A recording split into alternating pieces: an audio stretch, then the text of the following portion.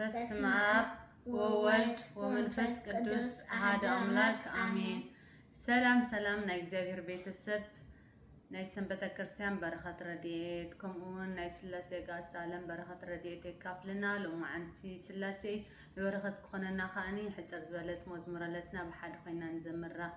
ስላሴ ትትረመም ወትትነገር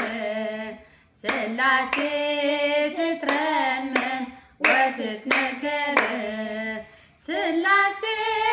ትትረመም ወትትነገር ስላሴ ትትረመም ወትትነገር ስላሴ ትትረመም